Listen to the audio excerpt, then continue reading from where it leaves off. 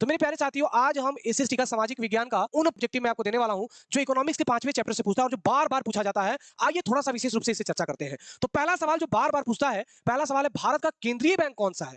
ये सवाल नहीं भी तो अगर आप देखोगे तो 5 बार पूछा जा चुका है। तो भारत का सेंट्रल बैंक यानी केंद्रीय बैंक कौन-सा है? तो इसका सही जवाब क्या हो जाएगा? Reserve bank of India, state bank of India, क्षेत्रीय ग्रामीण बैंक या फिर पंजाब नेशनल बैंक। तो इसका सही जवाब हो जाएगा बच्चा जी, रिजर्व बैंक ऑफ इंडिया। इसी रिजर्व बैंक ऑफ इंडिया को हम क्या कहते हैं? आरबीआई कहते हैं, जिसका फुल फॉर्म होता है रिजर्व बैंक ऑफ इंडिया।